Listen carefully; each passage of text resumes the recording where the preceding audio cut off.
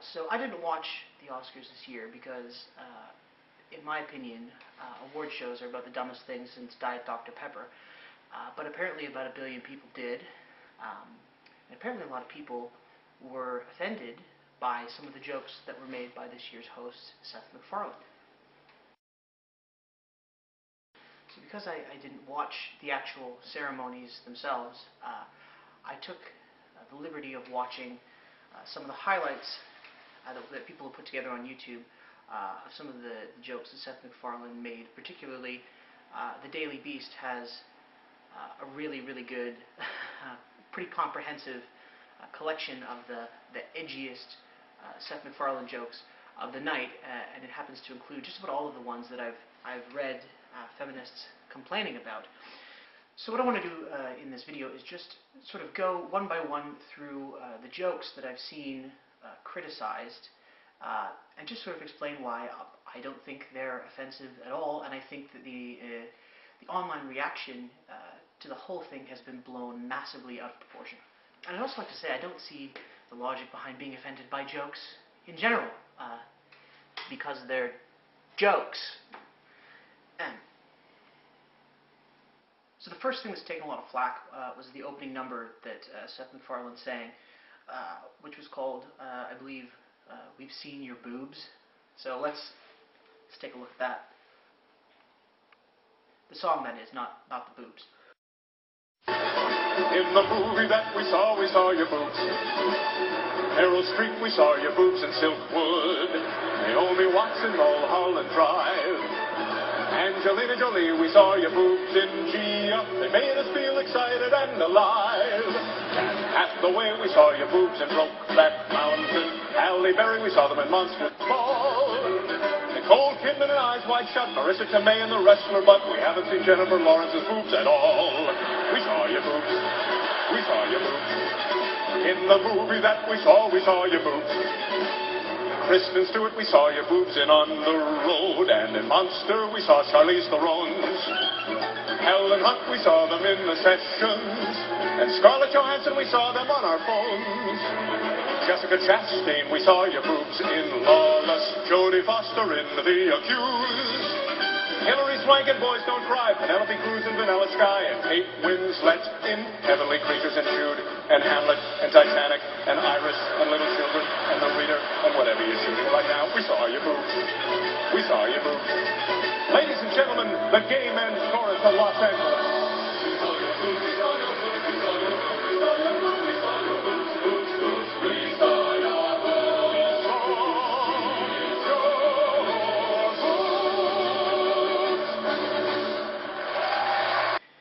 See, I watch a piece of footage like that, and then I read an article where somebody is making all of these socio-political, gender studies kind of assessments of the song, and the worst thing I can honestly say about the song is that it's fucking puerile. I guess I just don't buy, when it comes to analyzing this particular song, I don't buy the idea that it's, if I may co-opt a feminist term, slut-shaming. I don't think that that's what it's doing at all. My genuine assessment of this is that Seth MacFarlane just thinks it's funny to make a song about seeing people's boobs. But damaging to society? Is talking about nudity in films any more damaging than nudity in films itself? I don't think nudity is damaging at all, personally, but if that was your position, would this argument make any sense? This is the story of a man fighting to get back his woman who's been subjected to unthinkable violence, or as Chris Brown and Rihanna call it, a date movie. Wow, a Chris Brown Rihanna joke. Now that's original. That's shocking. I've never heard one of those before. I know it's mean to make fun of people's personal lives, but when you're a celebrity, it's pretty much part of the deal that people are going to talk about you. People are going to make jokes about you. You're going to be subjected to ridicule. When you enter public life, that's kind of part of the trade-off, isn't it? It doesn't matter whether you're a politician or whether you're an actor or an artist or a pundit or a YouTube video maker. You're opening yourself up. What are you going to do? The most outstanding thing about this joke to me is how astonishingly lazy it is. I mean, really, dude? Let it go. I mean, you might as well have made a Chuck Norris or a George W. Bush joke. I mean, just, you know, ha ha ha. I mentioned Chris Brown, therefore funny. Not offensive, just lazy is what I would say. Next.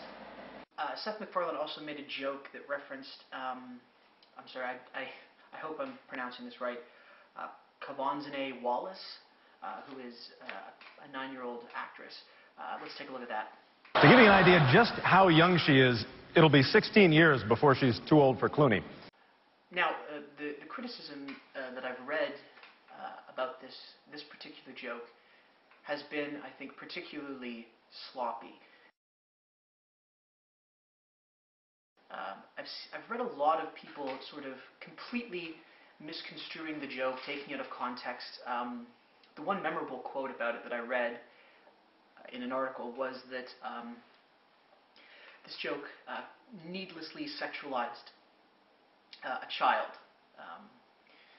But when you look at the joke in context, I think it's pretty clear that the joke is at George Clooney's expense, not at the expense of a child. The joke is that a 25-year-old woman is too old for George Clooney. That's the joke. It's a joke about his preference for younger women. It's not a joke about having sex with a 9-year-old, and presenting it that way, I think, is self-evidently dishonest. Playing a woman who spends almost 12 years tracking Osama bin Laden. 12 years. The film was a triumph and also a celebration of every woman's innate ability to never, ever let anything go. Really? Somebody's offended by that? That's so banal. It's a joke about women being naggy. We're taking offense to this now? That joke is so old, I can't even think of a cliche to convey how old that joke is, which implies that it's older than language itself. Well, we have finally reached the point in the ceremony where either Javier Bardem, Penelope Cruz, or Salma Hayek comes on stage, and we have no idea what they're saying, but we don't care because they're so attractive.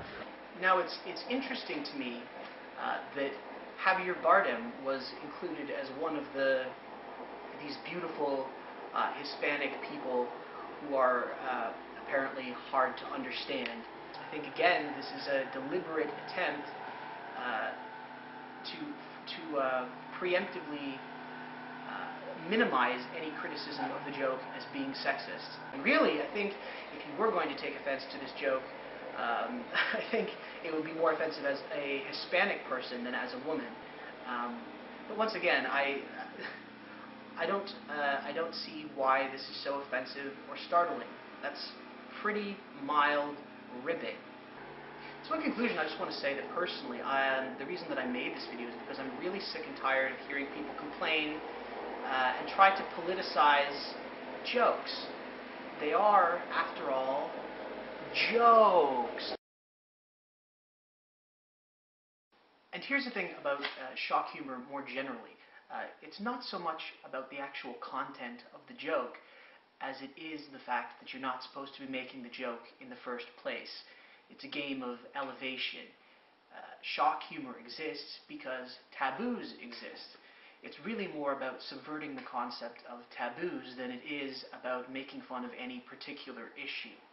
It doesn't matter whether you're making fun of domestic violence or making fun of Slobodan Milosevic. What's funny is the idea that you're just not supposed to go there. But I'll say this also. If you are somebody who doesn't like misogynist humor, who doesn't like ethnic humor, what does making a big spectacle of the joke do? What does this kind of criticism of Seth MacFarlane's performance, what effect does it actually have? If nobody had said anything, I probably wouldn't have even taken the trouble to watch the highlights of what Seth MacFarlane said, because I don't care. If nobody was criticizing what he'd said, I wouldn't be making this video. People wouldn't be talking about this days after the actual Oscars were over. It's done. It's in the past. This brings me to another point, my final point, I think, which is This highlights to me how much humorists and these social rights activists, bloggers, media critics, the symbiotic relationship that exists. We need each other. Seth MacFarlane and other people who practice, if you want to call it shock humor, people who practice this kind of humor couldn't practice this kind of humor if it wasn't shocking. And it wouldn't be shocking if there weren't people there making a scene, protesting every single time somebody makes a joke that they don't like. And similarly, internet feminists, bloggers, social critics need people like Seth MacFarlane to get page views, because unless there's something new every week to be offended at and upset about, I mean, who's reading this crap? So again, I'll reiterate the point that if you want to be part of the culture, then you're going to get made fun of. We're not going to not make fun of women. We're not going to not make fun of women's issues. Everybody is fair game. It doesn't matter whether you're a woman or you're a man, or you're black, or you're white, or you're tall, or you're short, or you're blonde, or you have dark hair, or you're poor, or you're rich, or you're Christian, or you're an atheist, or you're a Jew, or you're a Muslim, or you believe in the flying spaghetti monster. It makes no difference. If somebody can make it funny, then it's funny. And besides, last time I checked, women were 50% of the population, and I think it's only fair if they are 50% of the jokes.